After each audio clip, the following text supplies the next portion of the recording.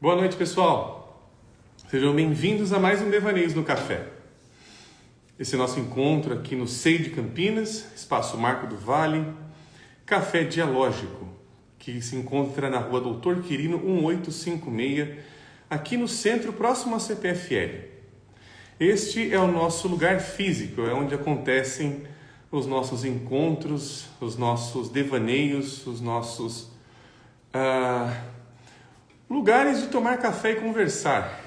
Aqui, inclusive, assim que tiver uma nova mostra acontecendo aqui na frente, que aqui o SEI ele tem sempre mostras culturais acontecendo, e assim que tiver uma nova, eu vou apresentar a vocês sempre antes das lives. Estou esperando o pessoal chegar e hoje nós vamos continuar o tema que nós começamos na semana passada, que foi um tema sugerido e foi muito bem recebido, que foi falar um pouco sobre o conto da Branca de Neve. Bom, antes de mais nada, pessoal, quem quiser falar alguma coisa, quiser dar oi, fiquem à vontade aí. Antes de mais nada, eu faço um convite que eu ainda não... farei ainda informalmente, depois farei o formalmente. Boa noite para Carol Harvelli, é isso mesmo, né? Carol Harvelli, que está chegando aqui. Então, o convite, pessoal, para quem quiser, um pouquinho mais para frente, talvez novembro ou início de dezembro, eu já tinha falado para vocês que eu estava programando fazer um grupo de estudos sobre paranoia. Ele ainda está sendo produzido, ainda ele vai acontecer, não agora, mas em breve, ali por volta em meado de final de novembro, dezembro, pretendo fazer um seminário sobre este livro aqui, que eu vou mostrar para vocês. Provavelmente alguém já deve conhecê-lo. A Morte de Ivan Ilitch, do Lev Tolstói. E claro, eu acho que o livro ele suscita diversas reflexões. Uma delas, que será o tema do seminário proposto, é de ser tratada a questão da necessidade vital de enxergar através, que é uma temática que o livro traz. É um livro riquíssimo, é um livro com muita psicologia. Não à toa a literatura russa é uma literatura repleta de uma visão psicológica. Não à toa Freud leu Ana Karenina, não à toa a literatura russa foi e é consumida, é lida pela psicanálise até hoje, por conta da sua versatilidade, por conta da trama, de pegar situações simples e consegui-las enxergar de uma forma profunda, psicológica. A Olivia Borges dizendo que já leu e é muito bom. Então, a proposta será esta, de fazermos um seminário sobre este livro, que aí vai durar por volta de umas 2h30 a 3 horas, será mais ou menos o tempo proposto de seminário. Isso será mais para frente, então, para quem estiver assistindo esta live, fica aí a dica, a recomendação e também o interesse de quem quiser comentar, eu quero, falar, não, esse tema que o livro propõe não me interessa, fiquem à vontade de comentar sobre isso. Bom, hoje vamos voltar a falar sobre contos, mais especificamente sobre a Branca de Neve. Então, vamos começar. Hoje eu vou propor algo um pouco diferente do que eu faço aqui nas lives, porque geralmente eu faço leituras, né, de algum trecho, de um livro e tudo mais. A Lívia falou um tema muito interessante. É um livro que é um prato cheio para quem gosta de psicologia. É um prato fantástico, assim. A maneira com a qual o Tolstói ele vai narrando, inclusive, né, de ser uma escrita clássica, ou seja, a maneira com a que ele fala não é habitual nossa, mas tem uma beleza ali inexorável. É lindo de ver o que ele escreve e o tamanho da profundidade com ele escreve coisas simples. Como ele vai conseguindo relacionar questões do próprio personagem. Então parece que você está vendo uma situação real. É um livro que te coloca a pensar sobre a realidade mesmo. Hoje nós vamos voltar para o nosso conto, e hoje a proposta é fazê-la um pouquinho diferente. Geralmente eu pego um livro, escolho e vou lendo ele e vou comentando em cima de algumas coisas que vão sendo trazidas do livro. Hoje eu achei o conto de fadas da Branca de Neve, eu imprimi, e aqui está, né, a versão que eu peguei aqui é dos Irmãos Grimm, de 1812, eu não sei se... Claro, e aí que está um ponto, tá? Eu vou comentar um pouco sobre conto de fadas, que é uma coisa interessante. Mas, este conto aqui, ele é uma das versões do conto, tá? Então, teve coisas que eu falei na live passada, que aqui vão aparecer um pouco diferentes, mas o que é importante é a cerne que o conto traz. Claro que ele vai ter uma perspectiva e tudo mais. Mas tem uma coisa interessante. Contos de fada. Contos de fada, tem um livro que eu recomendo, inclusive, para quem se interessar mais pelo tema e quiser se aprofundar. Não só o livro, tá? Mas a própria autora com a qual eu vou me referir agora. É a Marie-Louise von Franz. Marie-Louise von Franz é uma exímia e aprofundadíssima estudante e apreciadora de contos de fada. Não à toa, dentro da literatura junguiana, dentro da literatura da psicologia analítica, ela é uma referência, e é uma referência primorosa em relação ao tema.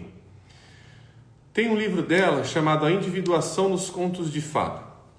Neste livro, ela vai trabalhar ali um conto de um papagaio. Eu não vou lembrar a cor do papagaio agora, porque faz tempo que eu li esse livro. Mas tem uma coisa muito interessante que ela vai trazendo, inclusive porque a Marie-Louise von Franz, ela não vem de uma linha de psiquiatras, de psicólogos, que é a linha mais, entre aspas, comum de se seguir. Por exemplo, o Freud e o Jung são psiquiatras, então eles têm uma visão que em algum momento ou outro vão casar com a visão médica, com a perspectiva médica. Já a Marie-Louise von Franz, não, ela vem da literatura. Ela, inclusive, uma curiosidade sobre ela faz uma troca com o Jung. Então, ela fala, olha, eu quero... Eu não sei se é a análise que ela faz com ele agora, mas é uma troca que ela vai fazer análise com ele, ou vai fazer algumas coisas, e em troca ela traduz textos do latim, diretamente do latim, para o Jung estudar mais aprofundadamente sobre a alquimia. Então, a Marie-Louise von Franz, para quem está acompanhando inclusive os devaneios de domingo, é essencial no interesse de Jung na literatura da psicologia analítica, também por trazer ali uma visão que vem do campo das letras para a psicologia.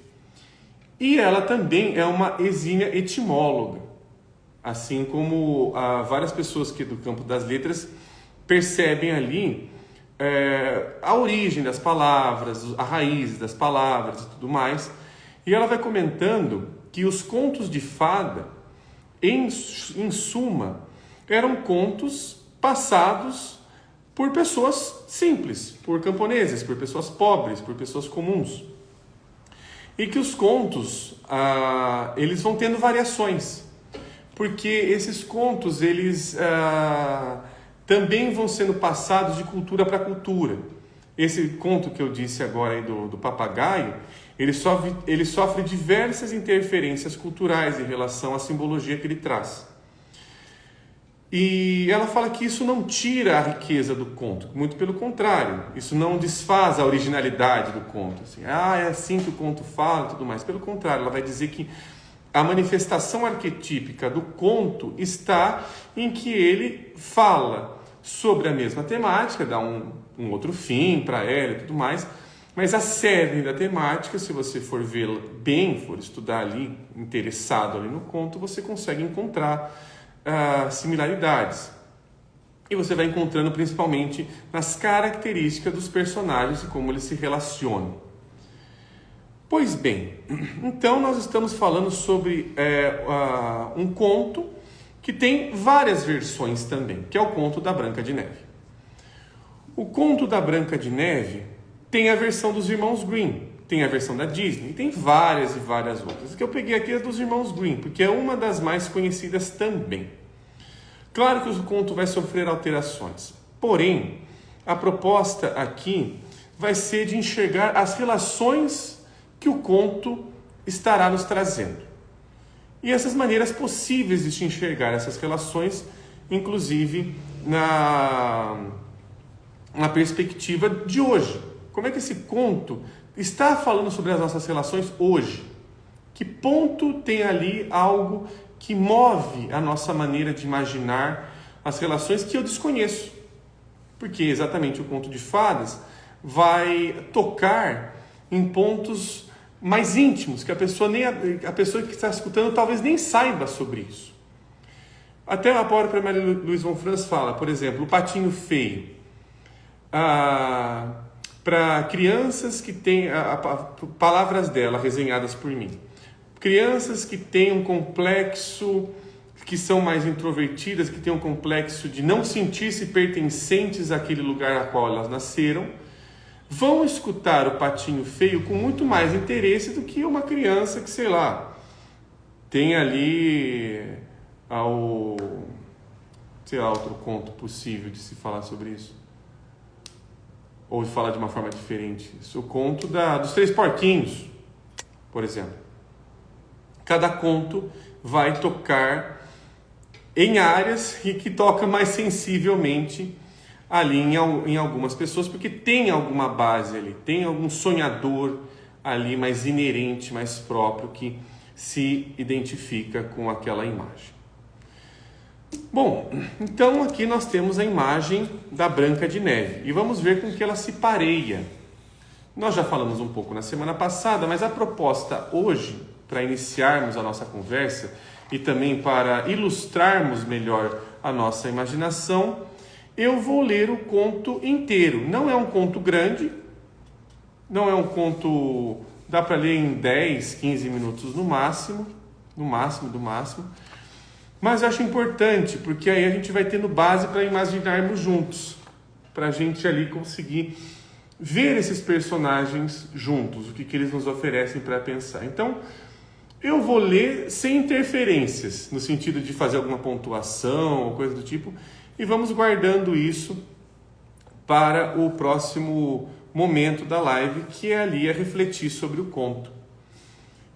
Então, pessoal, se vocês tiverem ali alguma ideia, algo que vocês queiram perguntar e tudo mais, se puderem fazer isso na caixinha que tem uma interrogação, eu vou conseguir ver melhor depois.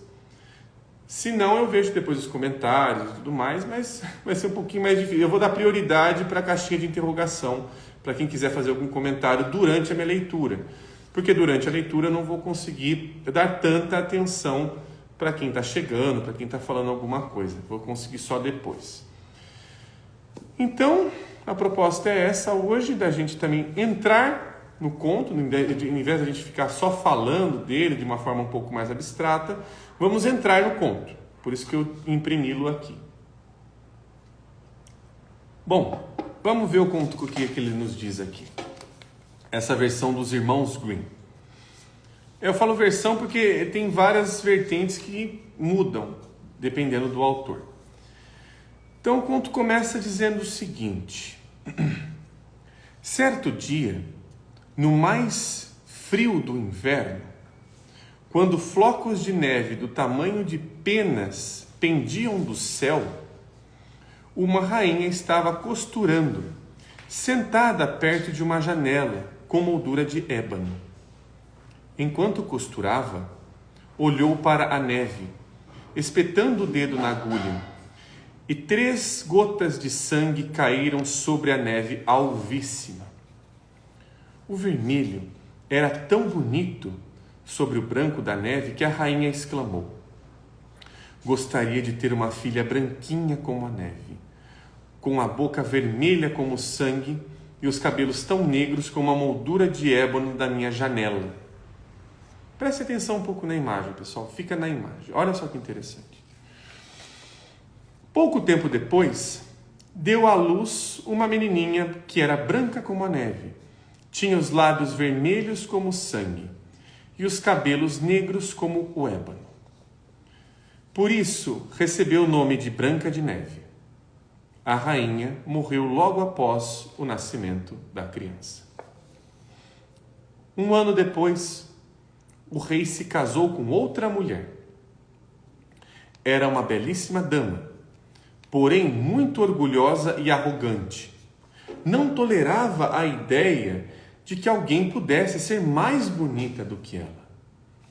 Possuía um espelho mágico e, sempre que ficava diante dele para se admirar, perguntava: espelho, espelho meu, quem é a mais bela de todas? O espelho respondeu: ó rainha, sois de todas a mais bela. Então ela sorria feliz, pois sabia que o espelho sempre falava a verdade. Branca de Neve estava crescendo e a cada dia ficava mais e mais formosa. Quando chegou à idade de 7 anos, ficou tão bonita quanto o dia brilhante e mais bela do que a própria rainha. Um dia, a madrasta perguntou ao espelho: espelho, espelho meu, quem é a mais bela de todas? O espelho respondeu: minha rainha, sois muito bela ainda, mas Branca de Neve é 1000 vezes mais linda. Ao ouvir estas palavras, a rainha começou a tremer e seu rosto ficou verde de inveja. A partir daquele momento, passou a odiar Branca de Neve. Sempre que seus olhos pousavam nela, sentia seu coração frio como uma pedra. A inveja e o orgulho brotaram como ervas daninhas em seu coração. De dia ou de noite, ela não tinha um momento de paz. Um dia, chamou o caçador e ordenou: leve a menina para a floresta. Nunca mais quero vê-la novamente. Traga-me seus pulmões e seu fígado como prova de que a matou. O caçador obedeceu e levou a princesinha a um passeio na floresta. Em certo momento, Branca de Neve virou de repente e se deparou com o caçador com uma faca na mão, pronto para desferir-lhe um golpe mortal. Inocente, começou a chorar e a suplicar: ai, querido caçador, poupe a minha vida. Eu prometo correr para a floresta e nunca mais voltar. Branca de Neve era tão bonita que o caçador teve pena dela e disse: fuja, pobre criança. Os animais selvagens irão devorá-la antes do tempo, pensou. E sentiu como se um grande peso fosse tirado de seu peito, pois não queria matar a menina. Nesse instante, passou ali um filhote de javali e o caçador matou a estocadas, retirando em seguida seus pulmões e seu fígado para levá-los à rainha. Retornando ao palácio, entregou os órgãos à perversa que, exultante de satisfação, levou pessoalmente ao cozinheiro, dando-lhe instruções para fervê-los em salmoura. Depois de preparados, a rainha comeu, pensando que estava se alimentando dos restos mortais da enteada. Neste inteirinho, a pobre menina vagava sozinha na vasta floresta. Estava muito assustada e começava a escurecer. Cada árvore e cada galho parecia tornar formas fantasmagóricas. Desesperada, pôs-se a correr cada vez mais adentro, embrenhando-se na mata, passando sobre as pedras pontiagudas e arbustos espinhosos. De vez em quando, feras passavam por ela, mas não lhe faziam mal. Ela corria tão apavorada que mal sentia as pernas. Ao cair da noite, viu ao longo uma pequena cabana e entrou para se abrigar. Nessa casa, todas as coisas eram minúsculas, mas tudo indescritivelmente limpo e organizado. Havia uma mesinha com 7 pratinhos sobre uma toalha muito branca. Cada pratinho tinha uma colher pequena e, ao lado, 7 garfos e 7 faquinhas. Sem esquecer 7 canequinhas. Sedenta e com fome, Branca de Neve comeu algumas verduras, um pouco de pão de cada pratinho e tomou um gole de vinho de cada canequinha. Do outro lado, viu 7 caminhas enfileiradas e, extenuada por tantas emoções, tentou deitar nelas, mas parecia não lhe caber. A primeira era muito longa, a segunda muito curta, já a 7ª caminha era a perfeita. Então ela fez sua oração e adormeceu profundamente. Estava escuro lá fora quando os donos da casa retornaram. Eram 7 anões garimpeiros que passavam o dia nas montanhas, escavando a terra em busca de minérios. Acenderam suas 7 lanterninhas e, quando a casa se iluminou, perceberam que alguém tinha estado lá, pois nem tudo estava do jeito que tinham deixado. O primeiro anão perguntou: quem sentou na minha cadeirinha? O segundo perguntou: quem comeu no meu pratinho? O terceiro perguntou: quem comeu no meu pãozinho? O quarto perguntou: quem comeu minhas verdurinhas? O quinto perguntou: quem usou o meu garfinho? O sexto perguntou: quem cortou a minha faquinha? O sétimo, enfim, perguntou: quem bebeu da minha canequinha? O primeiro anão olhou ao redor, reparou que seu lençol estava amassado e disse: quem subiu na minha caminha? Outros vieram correndo e cada um gritava: alguém dormiu na minha cama também. Até que os olhos do 7º anão caíram. Peraí, tô com um negócio aqui. Agora que eu vi. Até que os olhos do 7º anão caíram sobre sua pequena cama e viram Branca de Neve ali, dormindo. Começou a gritar, chamando os outros, que prontamente acudiam e ficaram tão assombrados que todos ergueram suas 7 lanterninhas para ver melhor Branca de Neve. Meu Deus, exclamavam boquiabertos, é a mais bela criança que já vimos. Os anões ficaram tão encantados com a princesinha que resolveram não acordá-la e deixaram-na dormindo na caminha. O 7º anão dormiu por 1 hora com cada um de seus companheiros durante a noite. Pela manhã, Branca de Neve acordou. Quando viu os anõezinhos em volta de sua cama, olhando para ela, ficou bem assustada. Mas eles foram muito amáveis e lhe perguntaram: qual é seu nome? Meu nome é Branca de Neve, ela respondeu. Como você chegou à nossa casa? Branca de Neve contou tudo o que lhe acontecera, de como a madrasta mandou matá-la e como o caçador poupara sua vida. Contou que saiu correndo pela floresta por várias horas até chegar à cabana deles. Os anões lhe disseram: se cozinhar, arrumar nossas camas, lavar, costurar, tricotar e manter tudo limpo e organizado, pode ficar conosco, e nós vamos dar-lhe tudo o que precisa. Sim, com prazer, ela respondeu. Desde esse dia, Branca de Neve passou a cuidar da casa para os anões. De manhã bem cedo, eles saíam para trabalhar no alto das montanhas em busca de ouro e prata. Ao cair da noite, voltavam e encontravam um gostoso jantar prontinho à espera deles. Como a menina passava os dias sozinha, os bons anões recomendaram seriamente: cuidado com a madrasta. Em breve, ela vai saber que você está aqui. Não deixe ninguém entrar em casa. A rainha, porém, acreditando que havia comido os pulmões e os fígados da Branca de Neve, e o fígado da Branca de Neve, estava certa de que agora era a mulher mais linda do mundo. Foi aí que foi até o espelho e perguntou: espelho, espelho meu, quem é a mais bela de todas? O espelho respondeu: és sempre bela, minha rainha, mas na colina distante, cercada por 7 anões, Branca de Neve ainda vive e floresce. A sua beleza jamais foi superada. Ao ouvir essas palavras, a rainha ficou abismada, pois sabia que o espelho era encantado e por isso não podia mentir.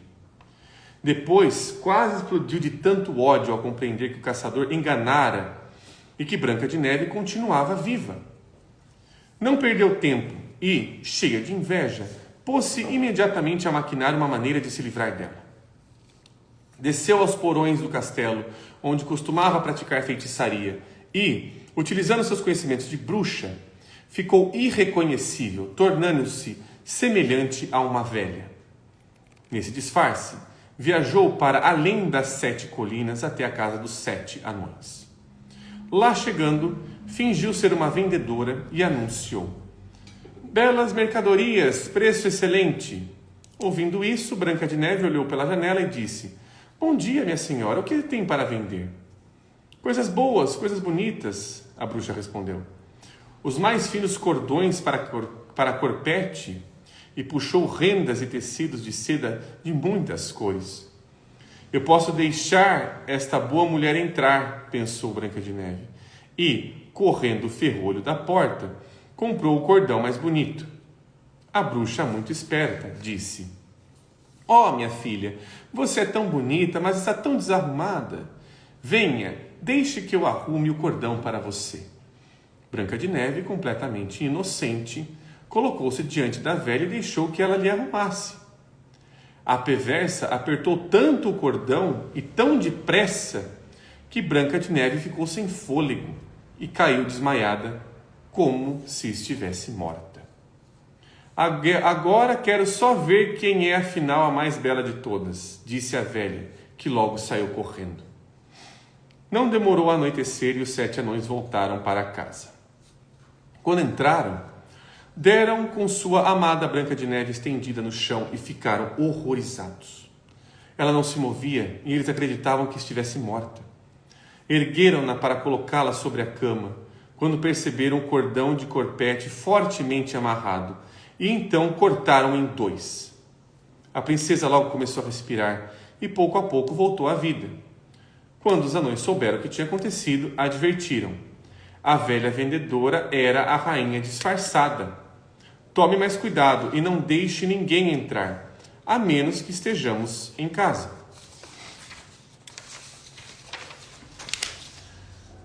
Assim que chegou ao castelo, a primeira coisa que a rainha fez foi dirigir-se ao espelho e perguntou: espelho, espelho meu, quem é a mais bela de todas? O espelho respondeu como sempre fazia: aqui está a mais bela, minha rainha querida. Branca de Neve ainda vive e floresce e sua beleza jamais foi superada. Ao ouvir as palavras do espelho, a rainha ficou possessa de raiva e o sangue dela gelou em suas veias. Mas, dessa vez, ela disse, vou sonhar com algo que irá destruí-la. Usando toda a bruxaria em seu poder, ela criou um pente envenenado. Então mudou de roupa e disfarçou mais uma vez como uma velha mulher. Viajou para além das 7 colinas, até a casa dos 7 anões. Bateu a porta e gritou: belas mercadorias, preços excelentes. Branca de Neve olhou para a janela e disse: vá embora, não posso deixar mais ninguém entrar. Mas você pode pelo menos dar uma olhada, disse a velha, que tirou o pente envenenado e ergueu-o no ar. A princesinha gostou tanto que, completamente inocente, abriu a porta. Quando acordaram, ou melhor, onde que está aqui? É isso mesmo. Quando acordaram o preço, a velha afirmou: agora vou dar ao seu cabelo um bom penteado. A pobre Branca de Neve não suspeitou de nada e deixou a mulher seguir em frente. Assim que o pente tocou seus cabelos, o veneno fez efeito e a menina caiu sem sentidos no chão. Você está acabada, disse a mulher malvada, correndo para longe. Felizmente, os anões estavam a caminho da cabana, pois era quase noite. Quando chegaram, viram Branca de Neve como se estivesse morta e suspeitaram da madrasta imediatamente. Ao examiná-la, descobriram um pente envenenado.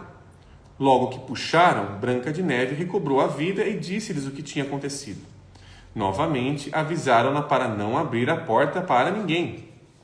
No castelo, em frente ao espelho, a rainha perguntou: espelho, espelho meu, quem é a mais bela de todas? O espelho respondeu como antes: aqui está a mais bela, minha rainha querida. Branca de Neve é a mais bela que já vi. Branca de Neve tem que morrer, vociferou, mesmo que me custe a vida. A rainha entrou no calabouço.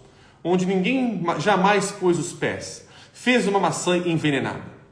A aparência da fruta encantada era maravilhosa, branca, com umas faces vermelhas. Se você a visse, você ansiaria comê-la.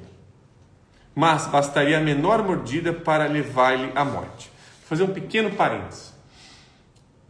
Para a gente, maçã é comum. Mas nós estamos falando de uma época onde a fome era muito grande e a escassez de comida também. E um dos recursos possíveis para você obter doce era das frutas. Não à toa a maçã é utilizada como algo encantado, porque não é qualquer um que podia comer maçã. Isso também tem na nossa cultura brasileira. Se vocês forem ver da história que nós temos, a maçã, em várias épocas, nas épocas ali na época do pessoal que tem 60, 70, 80 anos, algumas pessoas devem ter vivido por volta dessa época e podem até se lembrar de momentos em que havia uma escassez, que a desigualdade social sempre foi bem atenuada, e onde a possibilidade de você comer uma maçã era extremamente um banquete para aquele momento de vida. Feito meu parênteses, voltando à história. É bem curtinho, uma curiosidade. Aqui. Mas bastaria a menor mordida para levar-lhe à morte. Então, era uma maçã bem tentadora. Assim que terminou de preparar a maçã enfeitiçada, usando de artimanhas, transmutou-se desta vez na forma de uma velha camponesa e partiu para além das 7 colinas, até a casa dos 7 anões. A bruxa bateu à porta. Branca de Neve olhou pela janela e disse: "Não posso deixar ninguém entrar. Os 7 anões não me permitem isso." "Está tudo bem", respondeu a velha camponesa. "Vou me livrar das maçãs em breve. Aqui, vou lhe dar uma." "Não", disse a Branca de Neve. "Não devo aceitar nada de estranhos." "Você tem medo de que esteja envenenada?" perguntou a velha. "Olhe, vou cortar a maçã no meio. Você come a metade vermelha e eu como a metade branca." A maçã havia sido feita de modo astucioso. Apenas a parte vermelha tinha veneno. Branca de Neve estava com água na boca de tanto desejo pela bonita maçã, e quando viu a camponesa morder seu pedaço, não resistiu. Estendeu a mão para fora da janela e pegou a outra metade. Assim que mordeu, caiu morta no chão. A rainha triunfante olhou a caída e desatou a rir. Branca como a neve, boca vermelha como sangue, cabelos negros como ébano. Desta vez, aqueles horríveis anões não conseguiram trazê-la à vida. Chegando ao castelo, dirigiu-se imediatamente ao espelho mágico e perguntou: "Espelho, espelho meu, quem é a mais bela de todas?" E finalmente a resposta: "Ó rainha, sois vós a mais bela do reino." E a invejosa rainha má podia se conter. Ela mal podia se conter de tanta felicidade.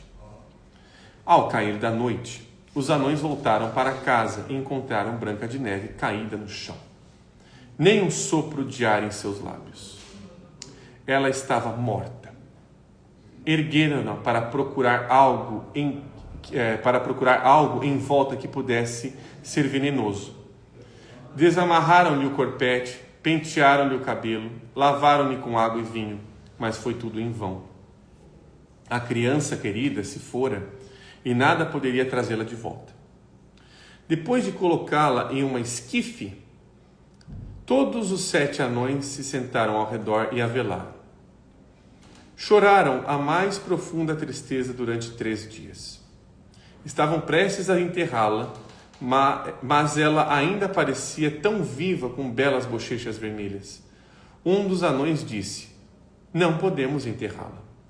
E, então, construíram um caixão de vidro transparente, que permitia Branca de Neve ser vista por todos os lados, com inscrições em ouro com seu nome e os dizeres que ali estava a filha de um rei. Levaram o caixão até o topo de uma montanha e mantinham sempre um deles em vigia. Os animais também foram lamentar por Branca de Neve. Primeiro uma coruja, depois um corvo e, por último, uma pomba. Branca de Neve permaneceu no caixão por um longo e longo tempo. Entretanto, seu corpo não se decompôs e dava a impressão de estar dormindo. Suas feições continuavam as mesmas, branca como a neve, boca vermelha como sangue e cabelos negros como o ébano. Certo dia, o filho de um poderoso rei atravessava a floresta, quando chegou à casa dos anões para pedir hospedagem por uma noite. Quando subiu no alto da montanha, à procura dos donos da cabana, deparou-se com um caixão com a bela Branca de Neve deitada dentro dele, rodeado pelos 7 anões. Leu os dizeres em letras douradas e, encantado pela beleza da princesinha, disse: Deixai-me levar o caixão, eu darei o que me pedirem. Os anões responderam: Nós não venderíamos nem por todo o ouro do mundo. O príncipe respondeu: Deem-me então como presente, pois depois que a vi não posso mais viver sem ela. Vou honrá-la e tratá-la como se fosse minha amada. Os bons anões, comovidos com o profundo sentimento do príncipe, se apiedaram dele e lhe entregaram o caixão. O príncipe mandou vir seus servos, a quem ordenou que pusessem o ataúde sobre os ombros e o transportassem.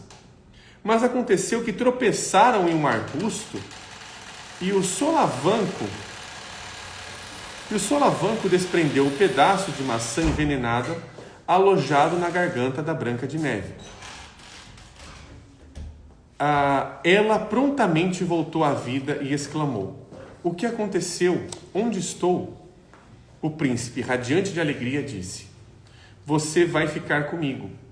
E contou-lhe o que acontecera. Eu te amo mais que tudo. Venha comigo para o castelo do meu pai. Seja minha noiva. Branca de Neve sentiu um grande amor pelo príncipe e partiu com ele. Em breve, as núpcias foram celebradas com enorme esplendor. A perversa madrasta da Branca de Neve também fora convidada para a festa do casamento. Vestiu suas mais belas roupas, postou-se diante do espelho e perguntou: Espelho, espelho meu, quem é a mais bela de todas? O espelho respondeu: Minha rainha, sois muito bela ainda, mas a jovem rainha é 1000 vezes mais linda. A malvada mulher soltou uma maldição e estava tão paralisada de raiva que não sabia o que fazer. No começo, não queria comparecer à festa de casamento, mas resolveu ir e conhecer essa jovem rainha. Quando entrou no castelo, Branca de Neve a reconheceu no mesmo instante. A madrasta, ao perceber que se tratava da princesinha, ficou tão aterrorizada que não conseguiu ceder 1 centímetro dali.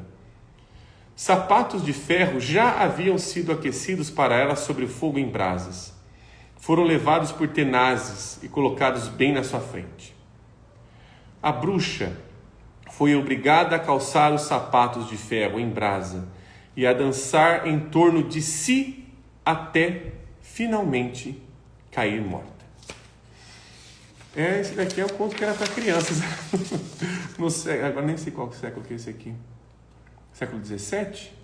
18? Por volta.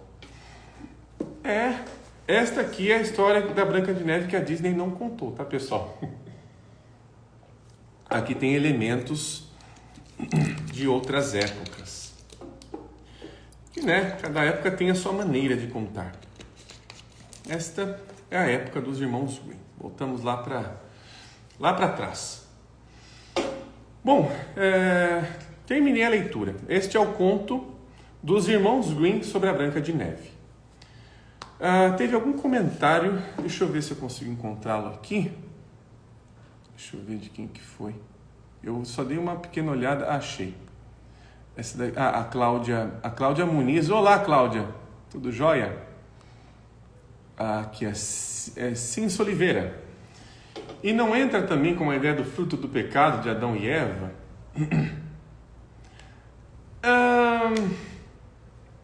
Eu não sei, tá? Eu não sei. Eu talvez ali, Pode até ser, vamos tentar olhar. Porque o que acontece? No Adão e Eva, tem uma questão psicológica interessante. Porque o que acontece? O Adão e Eva tá lá no paraíso, bonitinhos, tá? E aí vai lá Deus e fala, ó, você pode comer o que quiser, menos esse negócio aqui. Aí eles vão lá e falam, é esse aqui que eu quero comer. É esse aqui mesmo que deu vontade. E não à toa, essa vontade é atiçada, né, por uma cobra. Ela é atiçada ali por um ser que, inclusive, a cobra era um ser alado. Ou seja, era um ser que não ficava só na terra, era um ser que fazia ali um pareamento entre céu e terra, se a gente for pensar também na questão da cobra. Mas no Adão e Eva, o que acaba acontecendo é que, quando eles comem a maçã, eles começam a ter consciência. Isso pode nos entregar um dos diversos fatores, que é o seguinte: criar consciência do distinto, do diferente, envolve uma ruptura.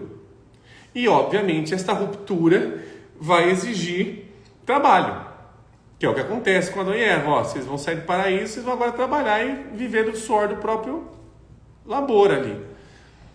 Porque aí a questão ali, obviamente, tem uma questão de uma maldição, digamos assim, em forma de trabalho. Mas não é só uma maldição, se você for ver que o trabalho é também uma maneira de conscientização. Tinha provocações com Abu Janra, que era bastante interessante, que o Abu Janra, ele fazia perguntas para alguns convidados e falava assim, eu tenho uma frase que dizem que o trabalho que nós escolhemos é para trabalhar os nossos males da alma. Então ele perguntava isso para um ator, para uma... Hoje em dia se fala dessa forma, tá, pessoal? Mas ele também entrevistou uma criadora de conteúdo, ele perguntava isso para um escritor, para um poeta, ele perguntava isso para um jornalista. Então ele perguntava para diversas pessoas, e o interessante é que nenhuma delas, com uma pergunta exatamente igual, com entonações diferentes, porque a Abu Janra tinha esse brilhantismo dele, as respostas nunca eram iguais. Então, a gente também, o trabalho é também uma forma de nós entrarmos no mundo, imaginarmos. Ali a gente cria consciência. Então, o Adão e Eva, quando comem ali, eles não estão só pecando, eles estão criando consciência. Pecar, se for pegar pelo monoteísmo, é criar consciência. Não é só pecar. Eu estou criando consciência disso, isso daqui tem em mim. E talvez nesse sentido a gente possa olhar ali para a questão da maçã.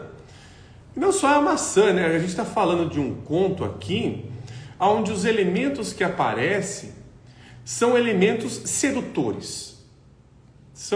Ali há uma relação, o que a gente, se puder ver o conto como um mito também, há uma relação entre beleza, sedução, inveja, os elementos que o conto traz: beleza, sedução, inveja, morte,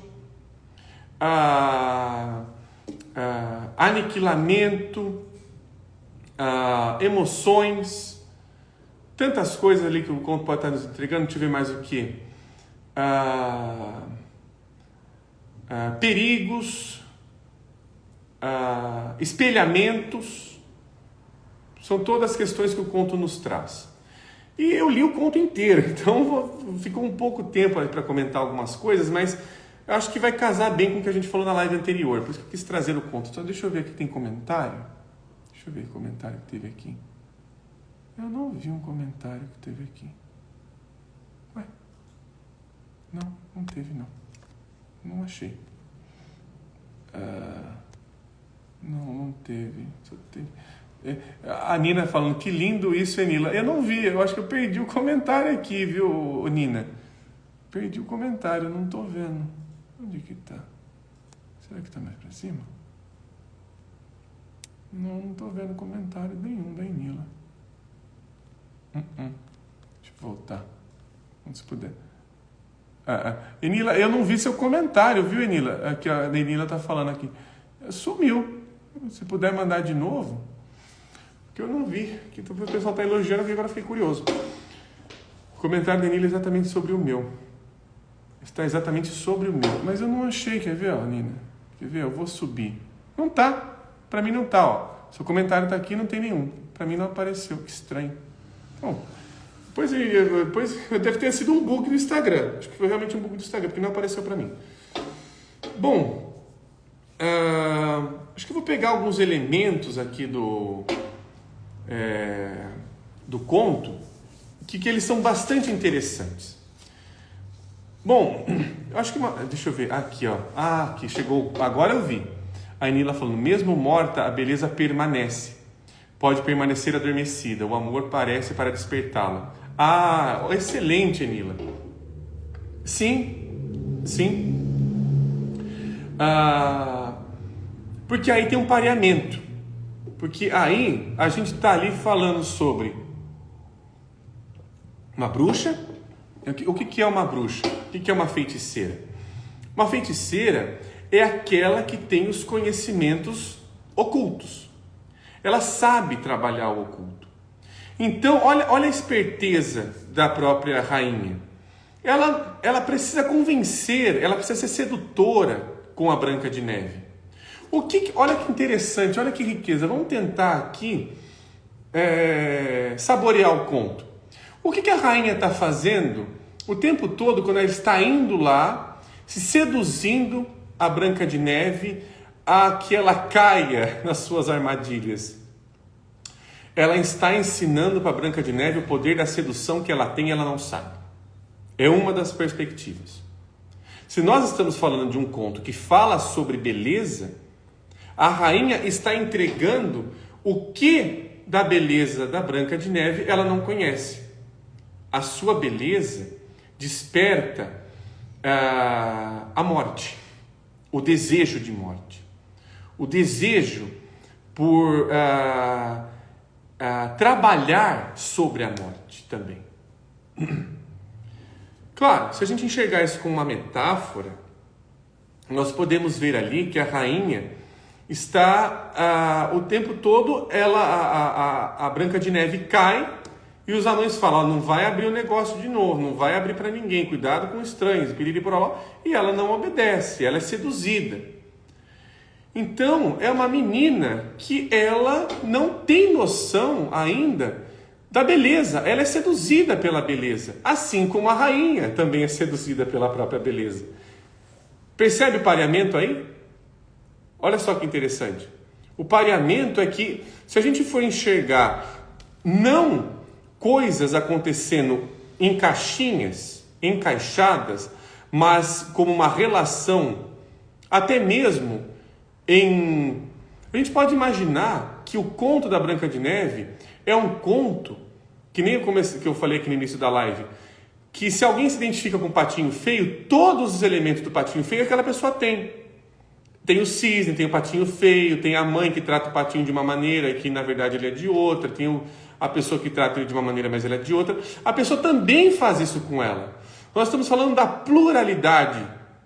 Isso é pluralidade. Ou seja, se a gente está clinicamente imaginando que existe ali uma Branca de Neve para conversar com alguém que está ali falando sobre as suas questões de vida, nós não podemos esquecer da rainha, nós não podemos esquecer do caçador, nós não podemos esquecer dos anões, porque eles estão pareados. Os anões, numa das versões da Branca de Neve, tem as emoções. Na versão da Disney tem lá o zangado, o dunga, o triste, e por aí vai. E exatamente é nesse lugar que a Branca de Neve vai se deitar, vai comer. Ela entra no reino das emoções, que se a gente for pensar que é um reino longínquo, lá nas 7 colinas, piriri pororó, é aquilo que a rainha reprime. Quando a rainha vai lá para os 7 colinas, piriri pororó, ela vai lá para tentar aniquilar a moça. Mas ela sabe, porque ela tem um conhecimento oculto, que ela não pode eliminar os anões. Que ela não os anões são vitais também para a própria rainha. Então, o que ela tenta eliminar é uma concorrente. Então, nós estamos falando aqui também de uma relação de amantes, de uma certa forma. A rainha, ela ama ela percebe ali, ela é invejada, né? A rainha ela é cheia de inveja. Só que a inveja dela, o que ela faz é se aproximar constantemente da Branca de Neve. Ela percebeu, olha só, se a gente for pensar como se todo o conto fosse uma pessoa só, ou uma conjuntura. Ela manda alguém fazer o serviço por ela. Aí ela tenta tomar aquilo para si. Ela não pede à toa os pulmões e o fígado. Ela está pedindo ali uma determinada vitalidade. O que vitalidade ela quer? Tem um livro do Barcelos que chama Banquete de Psique, que ele vai fazendo ali, ele vai vendo as metáforas da digestão dos alimentos e tudo mais, e tem uma parte ali bem interessante que é sobre o fígado, que aí ele comenta que o fígado ele era o procurado dentro dos sacrifícios romanos, dos sacrifícios animais, porque o fígado, se o fígado estivesse bom, se o fígado estivesse puro, sabia-se que então o sacrifício tinha sido aceito pelos deuses. Isso dá uma conotação então de quê? O que é o fígado? O fígado é exatamente aquilo que tem uma relação com a raiva. E o conto fala o tempo todo sobre uma rainha raivosa. Uma rainha que deseja ali partes vitais desta beleza a qual ela não tem, ela não percebe em si. Ela é obscurecida em relação. Ela tenta introjetar, ela tenta comer. Os pulmões é aquilo que nos vai dando energia, né? Os pulmões são os nossos órgãos que a gente vai percebendo até onde a gente vai. Então tem toda essa questão de cheio de energia. Esse cheio tem a ver com esse pleroma, né? Tem a ver com esse ar. Aqui uma pergunta: a flechada de Eros não pega no fígado? Gente, pega em tanto lugar, hein, Nila? Pega em tanto lugar. O fígado é um deles, né? Sente na boca do estômago. Tem tanto lugar que ele ataca. Que ele ataca não, né? Que ele acerta. Esse realmente é um deles. Mas, uma outra coisa interessante, que eu estou devaneando, tá, pessoal? Então estou seguindo muito bem uma ordem. Às vezes eu começo uma ideia e eu volto para outra. Mas eu queria, que assim, a gente está chegando no final da live, eu não queria perder um outro elemento aqui do conto, o que é bastante interessante, porque o que acontece? No início do conto, tem uma mãe que ela está olhando para a janela.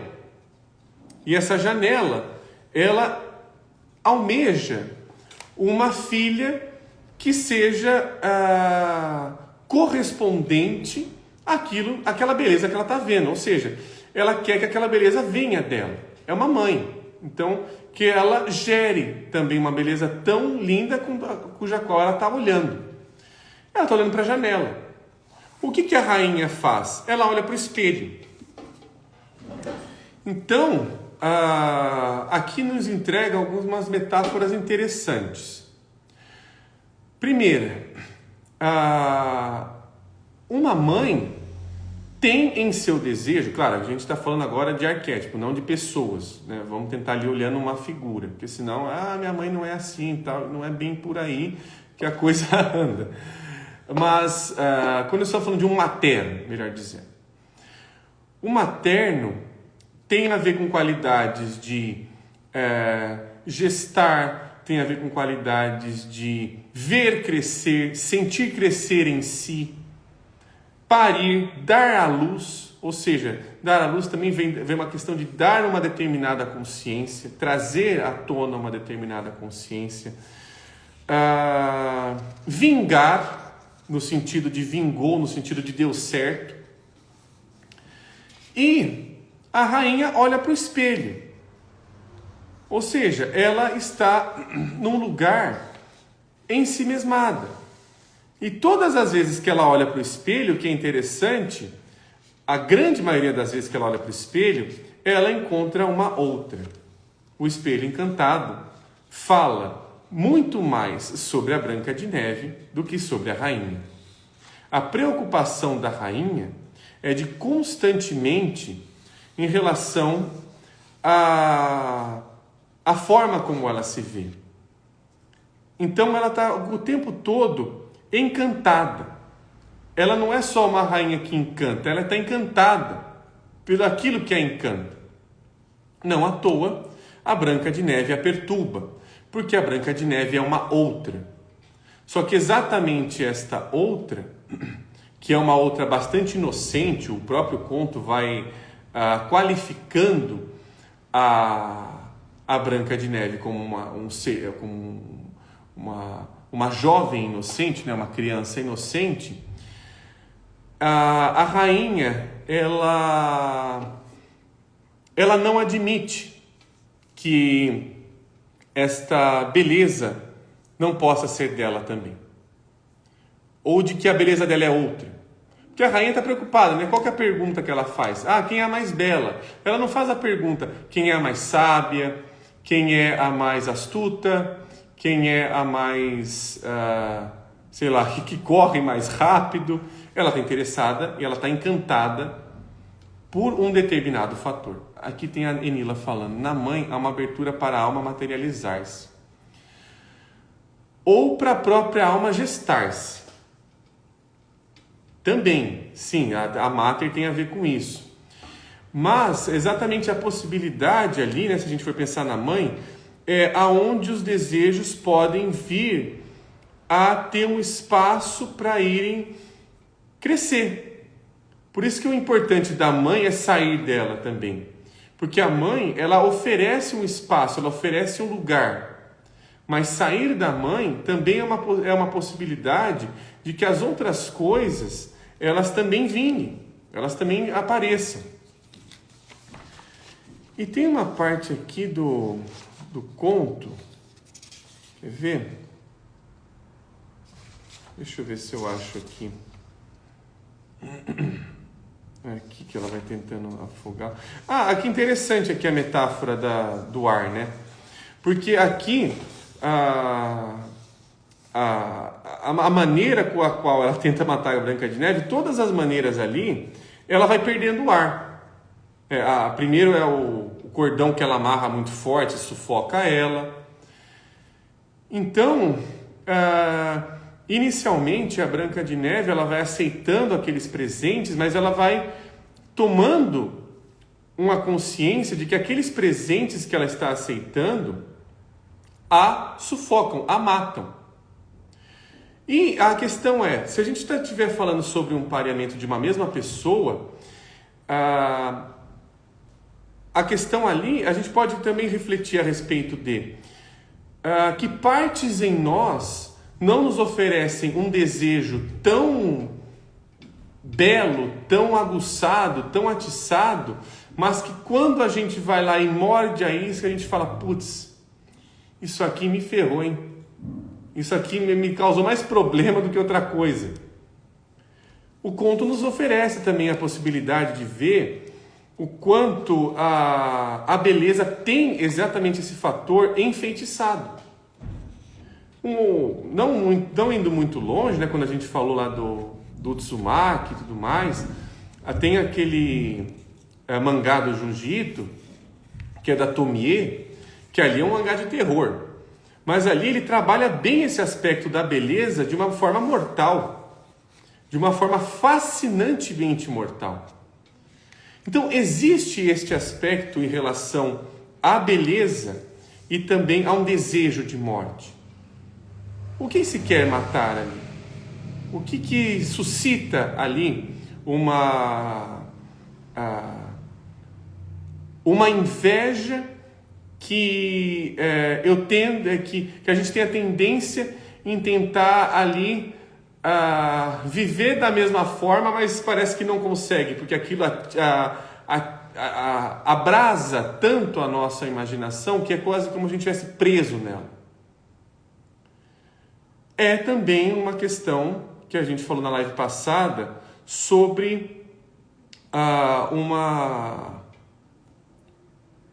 um medo terrível de ser substituído. Um medo horroroso de ser substituído. O medo de que venha uma outra e tome o meu lugar. O conto também fala sobre isso. Eu não estou aniquilando apenas a Branca de Neve porque ela é apenas bonita, mas ela toma o meu lugar no espelho. Ela toma o meu lugar de rainha como beleza. Ela toma a minha posição. A rainha é aquela que sabe disso antes. E toda a maneira da rainha ser passa para a Branca de Neve. Porque quando a Branca de Neve vê a rainha, ela já estava pronta para a rainha vir e já estava pronta para a punição toda pensada, toda elaborada. Ela já no final do conto, ela já não é mais uma menininha ali.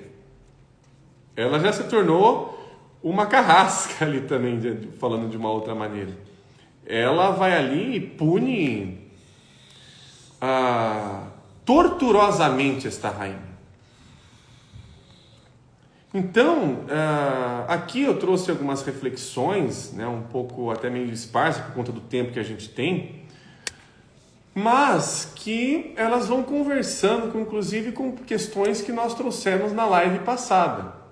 Tem muito mais questões em relação a isso e tudo mais, mas aqui foi só para aguçar um pouco a nossa imaginação. A Joyce está dizendo... e ela é tão inocente em sua essência que mesmo sofrendo as maldições feitas pela madrasta, acaba sempre caindo e quando retoma no final do conto, ela meio que perde essa pureza. Sim, porque eu acho que o conto ele também tem uma questão do seguinte, tem um lado nosso que precisa ser preservado e tem um lado nosso que precisa perder esta pureza, essa inocência. E exatamente é o lado que precisa perder essa inocência que pode, digamos assim, criar uma fronteira, criar um espaço de diálogo entre a outra parte que precisa ser preservada. Então, o movimento que a rainha faz é um movimento que também vai, aos poucos, tornando aquela menina mulher. Então, a rainha prepara a Branca de Neve para a vida. Se você for muito purinha, você vai se ferrar. Porque exatamente aquilo que te atrai, que te emociona, que te encanta, que te fascina, que te seduz, pode ser aquilo que te mata. Mas ela sente isso na pele. A Branca de Neve é aquela que sente na pele. Porque ela abre a porta. Ela permite com que entre. Então é aquela parte em nós que sofre. É aquela parte em nós que tem a ver com o feminino e tudo mais, que entra e quando entra, doeu, matou, pegou. Eu não sabia que era assim. E a gente pode refletir quantos relacionamentos da nossa vida não são assim. Poxa, não devia ter deixado fulano entrar na minha vida, a desgraça que ele fez e tudo mais e tal. Ele está criando consciência. Quem está entrando é a rainha má. Ela está trazendo consciência para você. Fala, olha queridão, tá vendo? Você sempre vai ter uma parte sua, uma ponta sua que fica ali solta, que fica ali inconsciente. E você precisa perceber que essa ponta vai continuar ali. Agora, tem uma outra ponta sua que pelo menos tem que ter um pouco de malícia, um jogo de cintura, uma vivacidade, senão vai ali só viver toda purinha, inocente, puxa. Confiar cegamente. Você está confiando cegamente e não está confiando. Porque confiar é fiar junto. Então tem que estar vendo a outra pessoa. Tem que estar interessado no que ela está fazendo. Se eu deixar ela fazer tudo, ela vai lá e acaba entrando ela acaba ficando inconsciente para mim. Olha aqui o que o conto está dizendo. Se ficar muito inconsciente, é isso que o inconsciente vai te fazer. Vai te passar a perna. O trabalho analítico é exatamente que a gente se relacione com esses personagens. Não que corrija esses personagens. Por quê? Porque eles nos trazem consciência todo santo dia. Quem está aqui falando comigo? Quem está trazendo isso? Escutaremos os ventos. Bom, pessoal, esse foi o nosso encontro, nossa parte 2 sobre a Branca de Neve. Se vocês tiverem comentários, dúvidas, sugestões, indicações de filmes, lives para a gente fazer, fiquem à vontade, pode mandar no meu direct aqui, que às vezes eu demoro, mas eu leio, uma hora ou outra eu vou ler, tá? Agradeço muito ao pessoal que está participando aqui conosco ao vivo, também ao pessoal que assiste as nossas lives gravadas, tanto no Instagram quanto no Facebook, não, tanto no YouTube quanto no Spotify. E nos vemos na semana que vem. Até lá, pessoal!